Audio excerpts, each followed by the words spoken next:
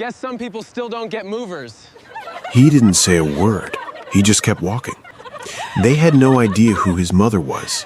She was standing right behind them. Wait, is that?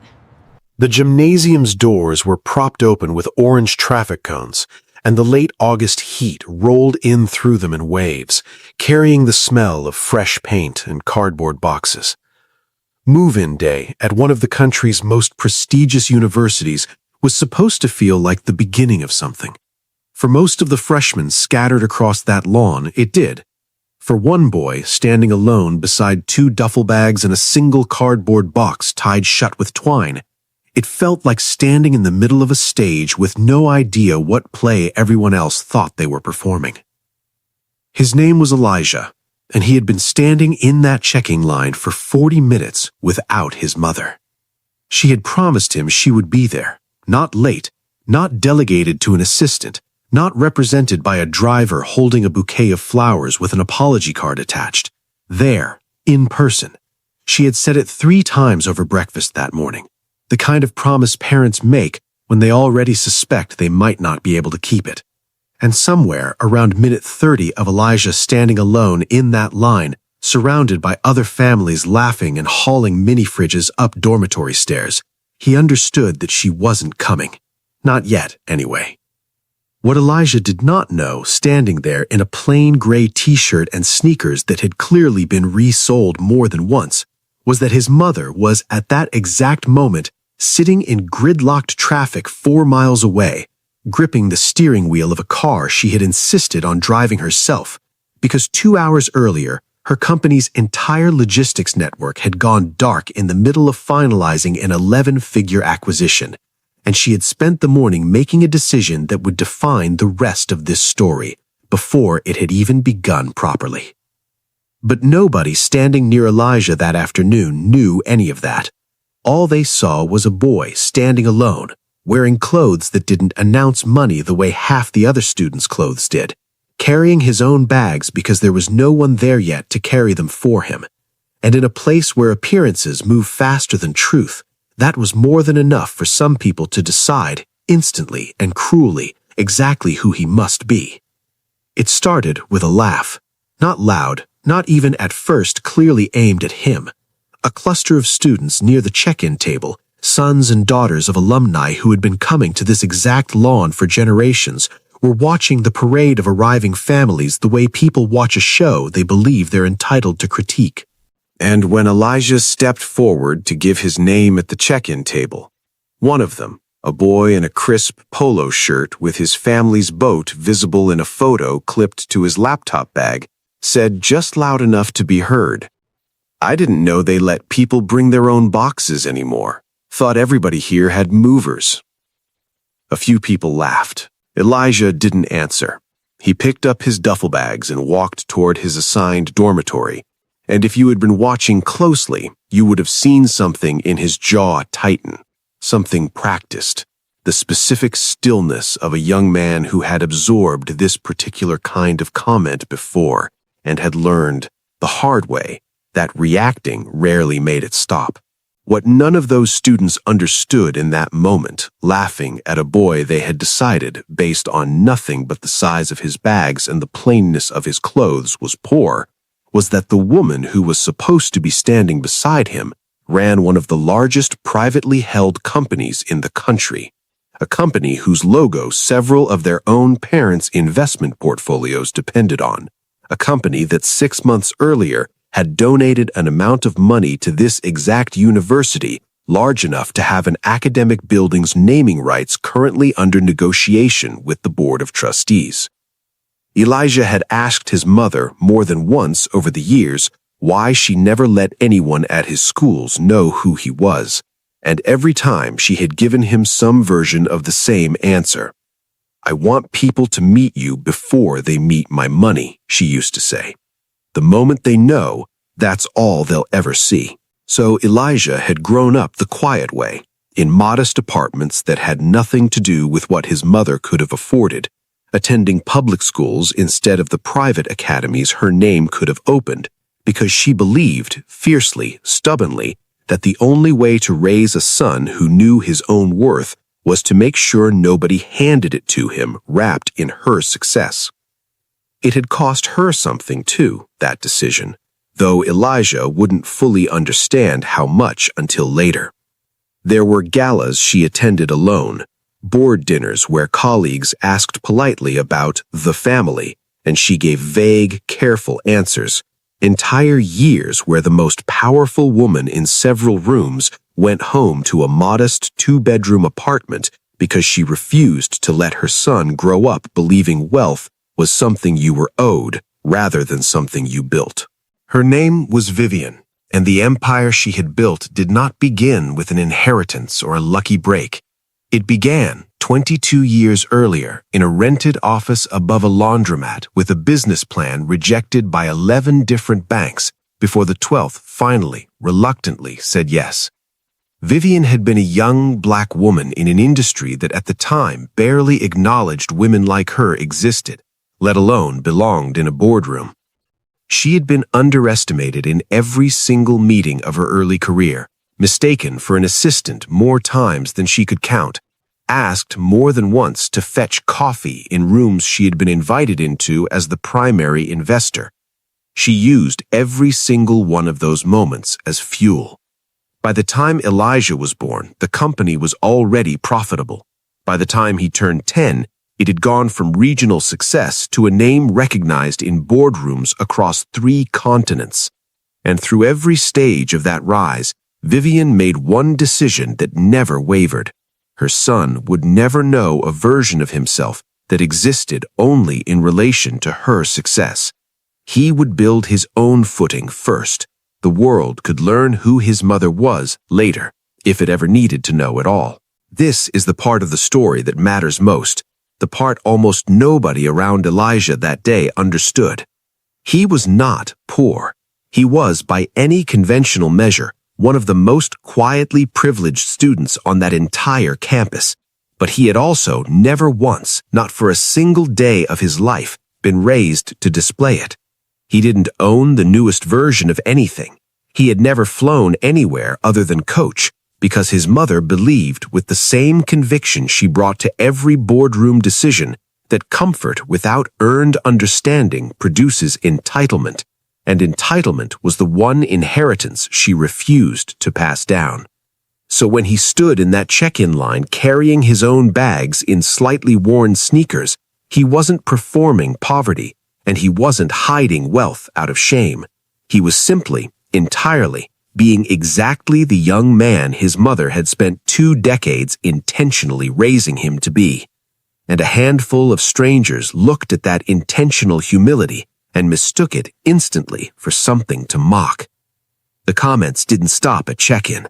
By the time Elijah made it to his assigned seminar for incoming freshmen later that afternoon, a mandatory orientation session meant to introduce students to campus culture and academic expectations, word of the boy with the cardboard box had already made its way through at least 2 friend groups. He walked into that classroom and felt immediately the specific discomfort of being a topic of conversation he hadn't been invited to be part of. The teacher leading that orientation session was a woman named Professor Hensley, a longtime faculty member well known on campus, respected by colleagues, and generally well-liked by students who came from backgrounds similar to her own. What almost none of her students knew about her, and what would matter enormously by the end of that day, is that Professor Hensley held strong, quietly held assumptions about which students belonged in certain rooms and which students, in her private opinion, were the product of admissions policies she privately considered overly generous. She had not yet learned Elijah's name when she made her first comment. She was reviewing the class roster, calling out names to take attendance, and when she reached his, she paused, glanced up, looked at him for a beat longer than she had looked at any other student, and said, with a tone that landed somewhere between curiosity and condescension, "Elijah, and where exactly did you attend high school?" He answered honestly, a public school in a working-class neighborhood, one that had produced exactly 2 students in the last decade who had been admitted to this particular university. Professor Hensley nodded slowly, the kind of nod that isn't agreement so much as confirmation of a suspicion. "Well," she said, loud enough for the room to hear, "I'm sure it will take you some time to catch up to your peers here. We do try to make allowances for students who come from more modest preparation." Somewhere in that classroom, a few students laughed, quietly, the way people laugh when a person in authority gives them permission to feel superior.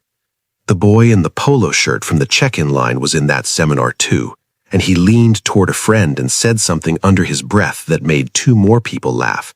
And Elijah, sitting perfectly still at his desk, understood exactly what had been said, even though he hadn't heard the words clearly, because he had heard some version of those words his entire academic life. I want to be very clear about something here. What was happening to Elijah in that room was not a misunderstanding. It was not an innocent mistake born of limited information. A professor stood in front of an entire incoming class and made a public assumption about a black student's academic preparation based entirely on his zip code, his clothing, and the fact that he had walked into that building alone. That is not confusion. That is a pattern, well-worn and long practiced, of deciding who belongs in a room before that person has spoken a single word about their own capabilities. Elijah did not defend himself that day. Not because he lacked the words. He had a nearly perfect academic record, a transcript filled with advanced coursework he had pursued specifically because no one at his under-resourced high school expected him to, and a personal essay in his application the 3 separate admissions officers had specifically flagged as one of the most compelling they'd read that entire cycle. He had every fact he needed to correct the room's assumptions in real time. He said nothing, because he had learned over 18 years of being underestimated in rooms exactly like this one that correcting people rarely changes their mind. It usually just changes the shape of their resentment.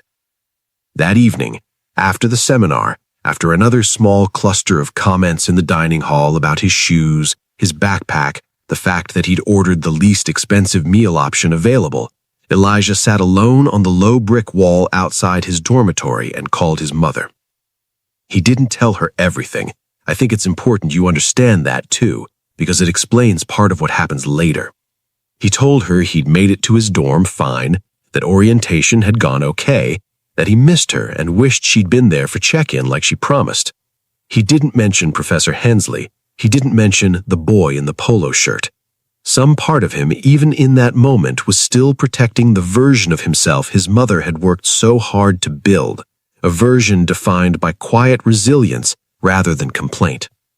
Vivian could hear something in his voice anyway. Mothers usually can. She asked him, twice, if everything was really okay, and both times he said yes, and both times she believed him a little less than the time before. She told him she loved him, that she was almost done handling the crisis that had kept her away, and that she would see him first thing in the morning, no matter what. She meant it, but she had no idea, hanging up that phone in a downtown office 40 floors above the city, exactly what her son had spent his first day on that campus quietly absorbing, and exactly what was still coming. The next morning arrived with an unusual kind of energy across campus. The specific electricity that moves through a university when word spreads that someone important is about to visit. Vivian's company had, months earlier, agreed to fund a new scholarship initiative and a renovated academic wing, part of an ongoing relationship between her foundation and the university's board of trustees. What almost nobody on campus knew, including most of the faculty, was that the woman behind that funding had a son currently enrolled as an incoming freshman because she had specifically, deliberately requested that his enrollment remain entirely separate from any conversation about her philanthropic relationship with the school. She had planned to visit campus that week regardless, for a scheduled meeting with the board about finalizing the new wing's construction timeline. She had simply also planned, privately, to slip away afterward and see her son, quietly, the way any parent visits their child, without fanfare, without anyone connecting the two events at all. That plan fell apart the moment she walked across the main quad on her way to the administrative building, and saw a small crowd gathered near the dining hall entrance. She recognized her son's voice before she saw his face. Elijah was standing near the entrance, his backpack slung over one shoulder, surrounded by several students, including the boy in the polo shirt, who had apparently decided that the joke from the day before deserved a second act. Vivian would learn in the minutes that followed that the group had approached Elijah that morning as he waited in line for breakfast and begun, loudly, mocking the shoes he was wearing, the fact that he'd been seen carrying his own laundry bag across the quad, and, most damningly, making comments laced with racial undertones about how some people get in here, and whether the university's admission standards had really been the same for everyone. Professor Hensley, walking past on her way to a morning meeting, had not intervened. Worse, according to two students who later corroborated the account, she had paused, listened for a moment, and said something to the effect of, "Well, I did mention yesterday that some of you would need extra support adjusting," before continuing on her way, as though her earlier comment in the seminar had somehow been vindicated, rather than repeated as cruelty. Vivian arrived at the edge of that crowd in time to hear the tail end of it. She heard a stranger's voice say something about her son that made her entire body go cold, in a way 22 years of boardroom battles had never once managed to accomplish.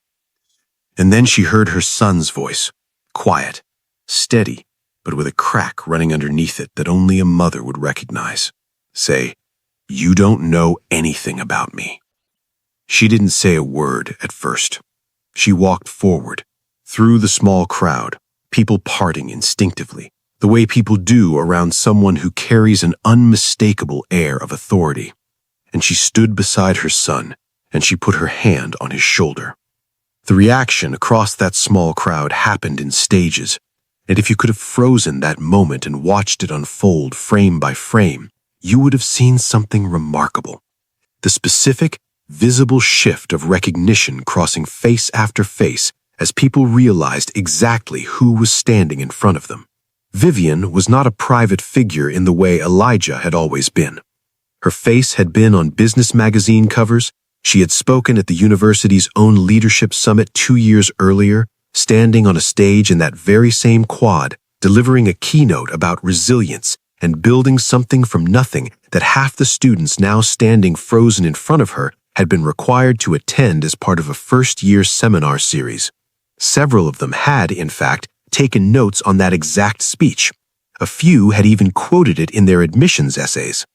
And not one of them, not a single person in that crowd, had ever connected that woman to the boy they had spent 2 days quietly humiliating.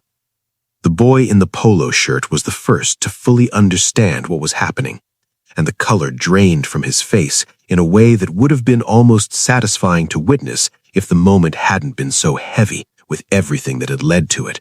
He had spent the last day mocking a student for arriving without movers, without fanfare, without any of the trappings of wealth he assumed defined who belonged and who didn't.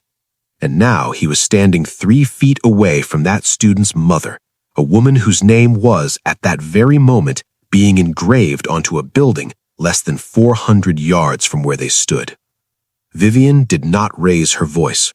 She looked at the small crowd and she said calmly, "I'd like to know which of you made comments about my son's admission to this school." Quick task.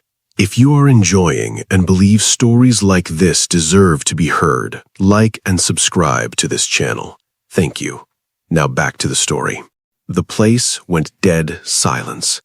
The particular, suffocating silence of people who understand all at once that the ground beneath them has shifted in a way they cannot undo. "I asked a question," Vivian said, still calm, still measured. "I'm sure whoever said it is proud enough of the opinion to repeat it now." Nobody repeated it, but the silence was, in its own way, a confession loud enough for everyone present to understand exactly what had been said and exactly who had said it. Vivian turned to Elijah, and for a moment, just a moment, the boardroom composure softened into something far more tender, and she asked him quietly, if this was the first time something like this had happened, or if it had been happening since he arrived. Elijah told her the truth, all of it. He hadn't wanted to burden her on the phone, he explained, because he knew she'd already been dealing with a crisis at the company, and he hadn't wanted his first day to become one more thing she had to manage. I think this is the moment worth sitting with the longest, because it reveals something true about both of them. Elijah had absorbed cruelty quietly for an entire day rather than add to his mother's burden, the same instinct for quiet resilience she had spent his whole life cultivating in him. And Vivian, hearing this, understood in that instant that the very values she had worked so hard to instill in her son, humility, self-reliance, the refusal to lean on her name, had also, without either of them intending it, left him standing alone and unprotected in a moment when he desperately could have used someone in his corner. She did not blame herself out loud, but something in her expression, in the tightening around her eyes, told anyone paying close attention that she was recalculating in real time whether the wall of separation she had built between her success and her son's daily life had cost him more than it had ever protected him. Word moved through that campus with a specific speed reserved for scandal involving someone powerful. By the time Vivian requested, calmly but unmistakably, a meeting with the university's president and the dean of student affairs that same afternoon, half the incoming freshman class had already heard some version of what had happened outside the dining hall. The meeting took place in a wood-paneled conference room usually reserved for board discussions. The same room, in fact, where the final details of the new academic wing bearing her name had been negotiated only months earlier. Vivian sat across from the university president, a man who had personally thanked her, in writing, for what her foundation's contribution meant to the institution's future. Beside him sat the dean of student affairs, and, at Vivian's specific request, Professor Hensley. Vivian did not raise her voice in that meeting either. She didn't need to. She laid out, with the same precision she brought to due diligence on a 9-figure acquisition, exactly what had occurred over the previous 24 hours. The comment at check-in, Professor Hensley's remark during the mandatory orientation seminar, which, as it turned out, had been recorded as part of the university's standard practice of archiving first-year seminar sessions for quality review, meaning there was no ambiguity about what had been said or how it had landed. The comments outside the dining hall that morning, corroborated by no fewer than 6 students Vivian's assistant had already quietly, respectfully interviewed within the hour. "I want to ask you something directly," Vivian said, looking at Professor Hensley. "Is this how you speak to students you assume come from less money than their classmates? Or is this specifically how you speak to Black students you assume come from less money than their classmates?" Professor Hensley began to offer an explanation about wanting to be realistic with students about the academic rigor ahead of them, an explanation that collapsed under its own weight when Vivian asked evenly whether she had offered that same realistic warning to any of the other students in that seminar, several of whom, as it happened, had considerably weaker academic transcripts than Elijah's, but had arrived wearing clothing and driving cars that signaled instantly a different assumed background. The room went quiet in the way rooms go quiet when a lie has just been exposed by nothing more than a well-placed, entirely fair question. Then Vivian turned to the university president. "I'd like to understand what your institution's actual policy is," she said, "on faculty and students who make racially charged assumptions about a student's right to be here. Not your written policy. I've read your written policy. I'd like to understand what actually happens in practice, because what I witnessed suggests those are 2 very different documents." The president, visibly aware of the financial relationship sitting on the other side of that table, began outlining disciplinary procedures, formal reviews, the university's zero-tolerance language regarding discrimination. Vivian let him finish, and then she said the sentence that would be repeated in some form across that campus for years afterward. "I want to be transparent about something," she said. "The student your faculty member humiliated in front of an entire seminar, and the student your incoming freshman mocked outside a dining hall this morning, is my son. I chose deliberately not to make that known when he applied here, because I wanted him judged on his own merit, not mine. What I witnessed tells me that if he hadn't been my son, if there had been no consequence attached to what happened to him, this conversation would not be taking place right now. That tells me everything I need to know about how this university actually treats students who don't arrive with an obvious marker of wealth attached to them." She paused and let that sit in the room for exactly as long as it needed to. "I am prepared to withdraw my son's enrollment today, and I am prepared to withdraw my foundation's funding for the new academic wing along with it, effective immediately, unless I see in writing within 48 hours a complete account of how this is being addressed. Not gestures, not a statement for the school newspaper, actual consequences for actual people, starting with the faculty members sitting at this table." The president's expression shifted from professional composure to something closer to genuine alarm, because the number attached to that funding was not abstract. It represented scholarships already promised to dozens of incoming students, a building already under construction, a relationship the university had spent 2 years cultivating specifically because of who Vivian was and what her partnership represented for the institution's future. I want to pause here and be honest with you about something. Vivian was not naive about the leverage she held in that room. She understood precisely that the same wealth she had spent Elijah's entire childhood trying to shield him from was now the exact instrument capable of forcing accountability that an ordinary student's family could never have achieved. That contradiction sat with her, uncomfortably, even as she used it. But she also understood something else.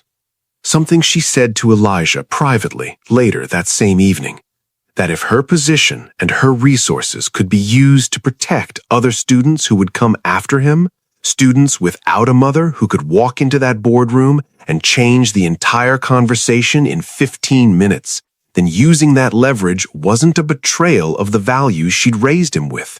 It was, finally, putting them to their fullest use. The consequences, once they came quickly, and they came publicly, because Vivian had specifically required that they be public. Professor Hensley was placed on administrative leave within 48 hours, pending a formal review that ultimately concluded with her departure from the university entirely, though the specifics of that separation were, as these things often are, handled through language softer than the truth deserved. The students involved in the incident outside the dining hall faced a range of disciplinary consequences determined by the university's conduct board, from formal reprimands to, in the case of 2 students found to have made explicitly racial comments, suspension. The boy in the polo shirt was among them. I want to tell you what happened to him specifically, because I think it matters. He requested a meeting with Elijah on his own, without being required to by the university's conduct process.